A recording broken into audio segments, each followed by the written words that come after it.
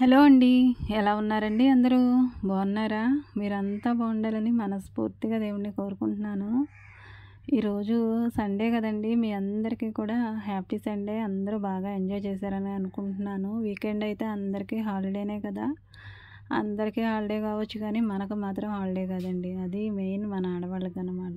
ఎందుకంటే ఈ సండే రోజునే కదండీ నాన్ వెజ్‌లు అవి తెచ్చి పెడుతూ ఉంటారు. రోజు ఏ పప్పునో, ఏ కాయగూరలో, ఏ ఆకుకూరలతోటైతే సరిపెట్టేస్తాం కానీ సండే మాత్రం ఎక్స్ట్రా డ్యూటీస్ పడుతూ ఉంటాయి. ఇంకా నేనైతే ఉదయాన్నే లేచి పనులవి చేసుకుంటూనే పిల్లలనైతే సండే స్కూల్‌కి రెడీ చేస్తూ ఉన్నానండి. వీళ్ళకి జడలు వేసేసిన తర్వాత సండే స్కూల్‌కి పంపించి మిగతా పనులైతే చేసుకుంటాను. వీళ్ళు బాతింగ్‌లు అవి చేసేసి వచ్చేసి డ్రెస్సింగ్ అది అయిపోయింది. ఇక జడ వేసుకొని అయితే వెళ్ళిపోతారు. శనివారం ఎలాగో సివిల్ డ్రెస్ కాబట్టి తలంటు స్నానం శనివారమే అయిపోతుందండి. ఇక ఈ రోజైతే నేను ఉదయాన్నే ఇలా జడ అయితే వేసేసి సాయంత్రం ఏమో నూనె పెట్టేస్తాను. ఇంకా మరి సోమవారంకి ఎర్లీగా పని అయిపోతుంది. జుట్టు కూడా ఇంకా డ్రైగా అవ్వకుండా ఉంటుందని అలా చేస్తాను. వీళ్ళేమో సండే స్కూల్‌కి అయితే వెళ్ళిపోతున్నారు. కొన్ని పాలైతే తాగారండి. ఇంకా వీళ్ళు వెళ్ళిన తర్వాత నేను మిగిలిన పనులైతే చేసుకుంటూ ఉంటాను. కొత్తిమీర అబ్బాయి వచ్చాడండి ఈలోపైతే. కొత్తిమీర ఒక రూ. 10ది కూరలోకి తీసుకుందామని వెళ్ళాను కానీ నాకు రూ. 10ది తక్కువ ఇచ్చినట్టు అయింది. ఇదంతా కలిపి రూ. 20 అంటే ఇక మొత్తం తీసేసుకున్నాను. అత్తయ్య అయితే దీన్ని శుభ్రంగా క్లీన్ చేసి అయితే ఇక్కడ పెట్టేశారు. దాన్నేమో నేను కడిగేసి కూరలో వేసుకోవడం ఒకటే ఉంటుంది. ఇదంతా వేయనులేండి, పచ్చడి చేస్తాను. ఇంకా నిన్న సాయంత్రం ఏమో నేను వీళ్ళ స్కూల్ నుంచి రాగానే తోమిన క్యారేజీ అరలండి ఇవన్నీ కూడా సర్దుకుని ఇక అత్తయ్య తోమారు గిన్నెలు. ఇవి కూడా నీళ్ళు ఏమైనా ఉంటే వాడబెట్టుకుని అప్పుడు స్టాండ్లో అయితే సర్దుకుంటాను. ఈ క్యారేజీలు ఏమో సెట్ చేసేసుకోవాలి, లేదంటే ఒకళ్ళు అరలు అయితే మారిపోతూ ఉంటాయి కదండి. మళ్ళీ బాక్సులు పెట్టుకునేటప్పుడు చాలా ఇబ్బంది అవుతుంది. అందుకని ముందు క్యారేజీలు అయితే సెట్ చేసుకోవాలి.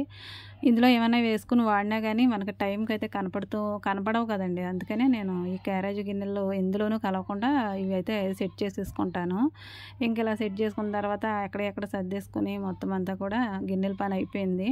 ఇంకా పాలైతే కాచేసుకున్నానండి. ఈ పాలు కాచిన తర్వాత ఒక పక్కనేమో పొయ్యి అంటించి నీళ్లు కాచాను కదా, తర్వాత ఏమో ఎసరు పెట్టేశాను. ఎసరులో కూడా వేసేసాను. ఎసరు కాగిపోయింది. ఈ పొయ్యి చూసుకుంటూనే ఇంకా బయట పని అది చేసుకుంటూ ఉంటాను. ఇట్లా వేసిన తర్వాత ఈ అన్నాన్ని చూసుకుంటూనే ఇంకా గిన్నెలు అవి కొద్దిగానే ఉంటాయిలేండి, అవి అయితే తోమేసుకుంటే ఒక పని అయిపోతుంది అనేసి నేను అలా గ్యాస్ దగ్గరికి అయితే వెళ్ళాను. చారు అయితే పెట్టామండి. చారు కొంచెం పెట్టుకుంటే మరి నాన్ వెజ్ ఉంటుంది కదా, దానిలోకి చారు అయితే కొంచెం పిల్లలు కూడా తింటారు. చారు ఇలా లో ఫ్లేమ్లో అయితే పెట్టుకుని ఇంకా వేరే పని అయితే చేసుకుంటానండి. గిన్నెలన్నీ కూడా నైట్ ఉన్న గిన్నెలు అత్తయ్య తోమేశారు. ఇంకా లోపల వంట బీరువాలో ఉన్నవి అన్నం కుండ, ఇంకా కూర వండిన గిన్నె అవన్నీ కూడా తీసేసుకుని అయితే ఇక్కడ పెట్టేశాను. అవన్నీ కూడా కుండీ దగ్గరికి వేసేసుకుని కొద్దిగానే ఉన్నాయి కదా అనేసి తోమేసుకుంటున్నాను. ఒక పని అయిపోతుంది.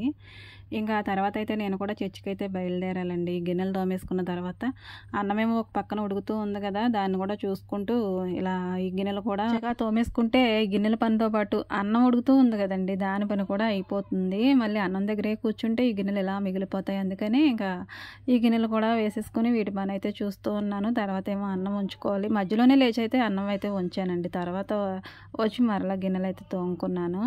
అన్నం ఉడికిన తర్వాత దాన్ని వేరే దాంట్లో కూడా తీసేసుకుని అయితే పైన పెట్టేసుకున్నాను. ఇలా మూత అయితే కొంచెం పక్క నుంచి పెట్టుకుంటే గాలి వెళ్తుంది కదండి, వాసన రాదు, అన్నం పోదు. ఇంకా టిఫిన్ అయితే మామయ్య గారికి బయట నుంచి తెప్పించానండి. వేరే చోట నుంచి తెచ్చారు. రోజు తెచ్చిన చోట అయితే 4 ఇడ్లీలు వస్తాయి రూ. 10కి. ఇదేమో కొత్త ప్లేస్ అనుకుంటండి, 2 వేశారు వాళ్ళైతే. ఇంకా మేమైతే ఈరోజు టిఫిన్ ఏమీ చేసుకోలేదండి. అన్నమే తినేస్తున్నారు. సద్దన్నం కొద్దిగా, వేడన్నం కొద్దిగా అలాగనమాట. ఎవరికి నచ్చింది వాళ్ళు తింటారు. ఇక రాత్రి వండిన వంకాయ కూర ఉందండి కొంచెం, ఇంకా చారు కూడా ఉంది కదా, దాంతో తినేస్తారు. ఇంకా నేనైతే ఇంకా తలంటు స్నానం నేను కూడా చేయాలి కదండి, సండే కాబట్టి చర్చికి వెళ్తాను. నేను ఎప్పుడు కుంకుడుకాయలతోనే తలంటు స్నానం చేస్తానండి. దానిలో ఇలా మందారాకులు, పువ్వులు దొరికినప్పుడు అయితే వేసుకుని వాటితో పాటే ఇక ఇవి కూడా కలిపి అయితే తలంటు పోసుకుంటూ ఉంటాను. జుట్టు ఎలాంటి ప్రయత్నాలు చేసినా ఓడడం మాత్రం ఆగట్లేదు. నాకు మాత్రం కుంకుడుకాయలు అలవాటునండి చిన్నప్పటి నుంచి ఇప్పటి వరకు కూడా. ఈ జుట్లకి ఏమైందో తెలియదు కానండి, ఒకటే ఊడిపోయి పిలకల్లాగా అయిపోతున్నాయి. ఇంకా నేనైతే చర్చికి రెడీ అయిపోయాను. రెడీ అయ్యి అయితే బయలుదేరానండి. చర్చికి వెళ్తూ ఉంటే ప్రాణం చాలా ప్రశాంతంగా అనిపిస్తుందండి. ఇంక ఈరోజైతే నేను చాలా ఎర్లీగా వెళ్ళిపోయాను చర్చికి. ఇంకా ఫస్ట్ ప్రార్థనలో ఉంటే ఆ ఆనందం వేరు, చెప్పలేంది. ఇంకా మొదటి ప్రార్థనలో అయితే నేను ఈరోజు కూర్చున్నాను. చాలా హ్యాపీ అనమాట. నేను చిన్నప్పటి నుంచి చర్చికి అయితే మానలేదు కదండి, ఎప్పుడు కూడా ఊహ తెలిసిన దగ్గర నుంచి సండే స్కూల్ వయసు నుంచే నేను చర్చికి అయితే వెళ్తూ ఉన్నాను. ఇప్పటి వరకు కూడా ఇక చర్చిగా మనకి ఏ దైవం అలవాటైతే అలానే వెళ్తాం కదండి. అలవాటు ఏముందండి, మనం ఎవరు ఇష్టమైతే వాళ్ళనే కదా సేవిస్తూ ఉంటాము. ఇంకా నేనైతే చర్చికి అయితే వెళ్తున్నానండి. పిల్లలు సండే స్కూల్కి వెళ్ళొచ్చిన తర్వాత ఇక నాతో పాటు అయితే రావట్లేదు, వాళ్ళని కూడా తీసుకెళ్ళిపోవాలి. ఇక రేపు మళ్ళీ వచ్చే వారం అంటూ వాళ్ళని అయితే వదిలేస్తున్నాను. తీసుకెళ్ళిపోవాలి, పెద్దవాళ్ళు అయిపోయాక మళ్ళీ అలవాటు ఉండదు. ఇక ఇంటికొచ్చిన తర్వాత ఈ మటన్ అయితే మా మరదలు కోసేసి ఇలా నాకు అన్నీ కూడా ప్రిపేర్ చేసి అయితే ఉంచింది. నేను వచ్చేటప్పటికైతే ఈరోజు 1 o'clock అయిపోయిందండి. 1 గంట వరకు కూడా చర్చిలోనే ఉన్నాము. ఇంకా ఇంటికి వచ్చిన తర్వాత హడావిడిగా నేను కోసుకునే పని లేకుండా ఇవన్నీ కూడా నాకు ముందుగానే ఇక్కడ పెడితే అమ్మయ్య అనిపించిందండి ప్రాణం. ఎందుకంటే ఇది కట్ చేయడానికి చాలా టైం తీసుకుంటుంది కదా. మధ్యాహ్నం అయిపోయింది, మరి ఈ దీనికోసం ఎదురు చూసేవాళ్ళు తినాలి కదండి. ఇంకా మా వారే ఎదురు చూస్తారు, ఇది పిల్లలకేమో నచ్చదు. ఇక వాళ్ళకైతే చికెన్ అనమాట, వాళ్ళు భోంచేసేసారు నేను వచ్చేసరికి అయితే. ఇంకా నేను మటన్ ఎప్పుడు వండినా కానీ ఈ విధంగానే వండుతానండి. ఇంకా నాకు వేరే మెథడ్స్ ఏమీ రావు, తెలియదు. ఇక ఎప్పుడు వండినా నా చేతికి ఈ వంటకమే అలవాటు, ఇలానే వండుతాను. ఎన్నో మసాలాలు వేసేసి ఇది స్పైసీగా అయితే వండేస్తారు, కానీ నాకు ఇంటి దగ్గర పట్టుకున్న మసాలా వేసుకుని ఇలా అల్లం వెల్లుల్లి పేస్ట్ అప్పటికప్పుడు తయారు చేసుకుని వండితేనే ఇది ఇష్టం అండి. మా వాళ్ళు కూడా ఇష్టంగా తింటారు. చికెన్లోకైనా అలానే ప్రిపేర్ చేసుకుంటాము. ఇంకా ఇది ఆల్రెడీ నేను చాలా వీడియోల్లో అయితే మటన్ కూర ఎలా వండాలో అనేది చెప్పాను. ఇంకా అందుకని అయితే నేను ఇలా చూపించుకుంటూనే మీతో మాట్లాడేస్తున్నాను. ఇలా పొద్దున్న నుంచి పని చేసుకుంటూనే ఉంటాం కదండి. చర్చికి వెళ్ళే టైంలో కూడా మనము ఇలా కూర వండుకొని వెళ్ళాలి, లేదంటే వచ్చిన తర్వాత అయినా ఇలా ప్రిపేర్ చేసుకుని మన వాళ్ళందరికీ కడుపు నిండా పెట్టుకుంటే అదో తృప్తి. ఆ అమ్మకైనా ఎవరికైనా భార్యకైనా ఎవరికైనా కానీ పిల్లలకి కడుపు నిండా వండి పెట్టుకుంటే ఇక అది చాలా అనిపిస్తుందండి. ఇక నేనైనా అంతే, అందరితో నేను కూడా వేరు కాదు కదా, అందరితో పాటే నేను వారం చర్చికి అయితే వెళ్తూ ఉంటాను కదండి. ఇలా సండే వీడియోస్ అయితే చాలా పెడుతూ ఉంటాను, కానీ సండే అప్పుడు నేను ఏం చేస్తున్నాను అది మాత్రమే మీకు చూపిస్తూ ఎక్స్ప్లెయిన్ చేస్తున్నాను తప్ప అసలు ఆదివారం ప్రార్థనకి ఎందుకు వెళ్తున్నాను, ఏమి నేర్చుకున్నాను అనేది మీకు తోటైతే ఈరోజు షేర్ చేసుకోబోతున్నాను. నేనైతే చిన్నప్పటి నుంచి కూడా సండే స్కూల్ ఏజ్ నుంచి అంతకుముందు నుంచి అమ్మతోటి అయితే కూడా అలా వెళ్ళిపోయేదండి, నాకు అలవాటు. మన అమ్మ నాన్న ఎవరినైతే మొక్కుతారో మనం కూడా వాళ్ళ దగ్గరికే వెళ్ళిపోతూ ఉంటాం కదండి. ఇక వాళ్ళే మన ఇష్ట దైవంగా మనం జీవితాంతం మనము మన పిల్లలు తరతరాలు ఇక అందులోనే ఉండిపోతాము. ఎందుకంటే నమ్మకం అనమాట. మన అమ్మ నమ్మింది కదా, మన నాన్న నమ్మాడు కదా, మనం ఎందుకు నమ్మకూడదని మనకు కూడా ఒక భరోసా లాంటిదైతే కలుగుతుంది. అందుకని మన పిల్లలు కూడా మనం ఏం చేస్తే అదే చేస్తారు వాళ్ళు కూడా.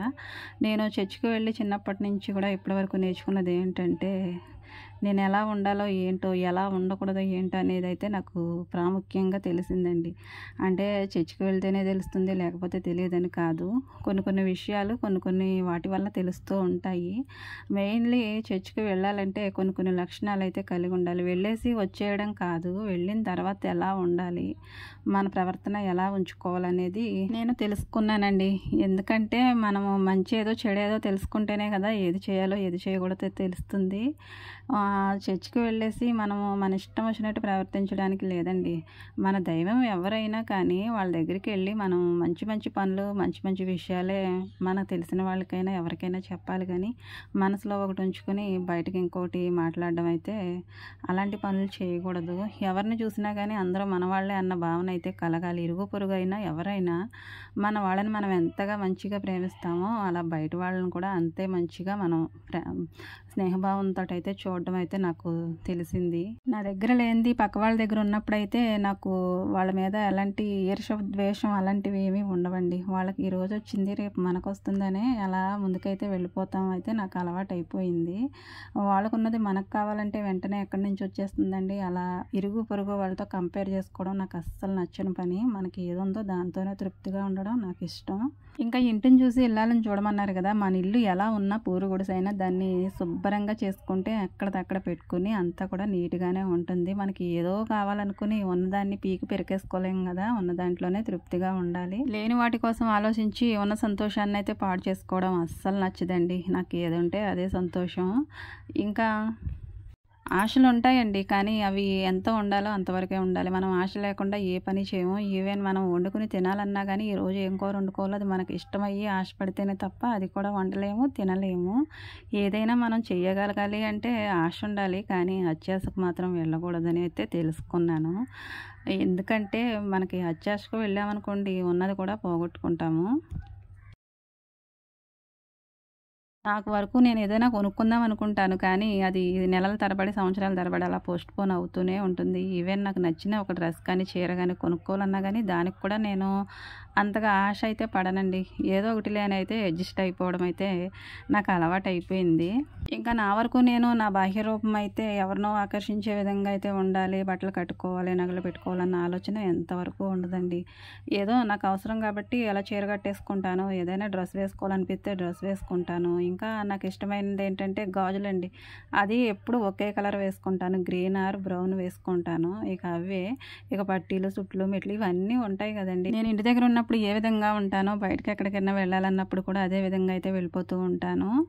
ఇంకా నాకు అలా ఉండడమే ఇష్టమండి. ఎందుకంటే ఏదో ఎవరినో ఏదో మనం ఉద్ధరించాలనేవి కాదు. ఎవరిష్టాలు వాళ్ళకు ఉంటాయి కదా! నాకు ఇలా సింపుల్‌గా ఉండడం అంటేనే ఇష్టం. వేసుకునే జడ అయినా, కట్టుకునే చీర అయినా, డ్రెస్ అయినా ఏదైనా అది కంఫర్టబుల్‌గా ఉంటేనే తప్పించి ఇంకా నాకు నచ్చినట్టుగా ఉంటే అవి ఎంత మాత్రం కూడా సహించవు నాకైతే. ఇక అలా ఉంటుందండి. నా లైఫ్ స్టైల్ అయితే అదేనండి. నేను ఇంట్లో ఎలా ఉంటానో బయటకి వెళ్ళినప్పుడు కూడా అలానే ఉంటాను. ఇంకా నా కుటుంబాన్ని అయితే నేను చాలా చాలా ఇష్టపడతాను. ఎవరి కుటుంబాన్ని ఎవరు ఇష్టపడరమ్మా అనుకోవచ్చు. కానీ అందరి కుటుంబాల్లో మరి అత్తమామలు ఉండరు కదండీ. ఎవరికి వారు ఓన్‌గా ఉంటారు. మరి మా ఇంట్లో అయితే అందరూ ఉంటారండి. వాళ్ళందరితో కూడా నా జీవితం ముడిపడిపోయింది. ఇంకా వాళ్ళందరితో కూడా చాలా సమాధానంగా అయితే ఉంటాను. ఎవరికీ కూడా ఎలాంటి అభ్యంతరము చెప్పను. నాకు వాళ్ళకి ఇష్టమైనది ఏదో నాకు నచ్చుతుంది. నాకు నచ్చేది వాళ్ళకి నచ్చుతుంది. ఇక ఇలా కలిసిపోయామండి. ఇక వాళ్ళతోనూ తగాదాలు అలాంటివి ఇలాంటివి ఏమీ ఉండవు. ఎప్పుడూ జీవితం ఉన్నంత వరకు కూడా ఇదే విధంగా సాగిపోవాలని అయితే కోరుకుంటాను. అందరి గురించి చెప్పాను గానీ మా వారి గురించి చెప్పలేదు కదా! ఇక ఆయనకి నచ్చని పని నేను చేయనండి. ఇక ఆయన్ని చీటికి మాటికి కూడా విసిగించాలని అయితే అనుకోను. ఇక ఆయనకి ఎలా ఉండడం ఇష్టమో అలానే ఉంటాను. ముందు మనం ఆయనకి నచ్చినట్టు ఉన్నామనుకోండి, తర్వాత మనకి నచ్చినట్టు ఆయన ఉంటారు. ఇది రూల్ అనమాట. నేను కాదన్న దానికి ఆయన అసలు అవునని చెప్పరండి. ఇదేనండి భార్యాభర్తల బంధం అంటే. ఒకరికొకరు అర్థం చేసుకుని ఒకరి మాట ఒకరు గౌరవించుకోవాలి. నేను చిన్నప్పటి నుంచి బైబిల్ చదువుతూనే ఉన్నాను ఇప్పటి వరకు కూడా. చదువుతూనే ఉంటామండి. ఎప్పుడు ఎండింగ్ అనేది ఉండదు బైబిల్ చదవడానికి. ఇక నేను నేర్చుకున్న పాఠాలైతే ఇవేనండి జీవితంలో. ఇవి నాకు చాలా ముఖ్యమైనవి, ఉపయోగపడేవి, నా జీవితాన్ని శాసించేవిగా అయితే ఉన్నాయి. వీడియో కనుక మీకు నచ్చితే లైక్, కామెంట్, సబ్స్క్రైబ్ మాత్రం మర్చిపోవద్దండి. Thank you for watching.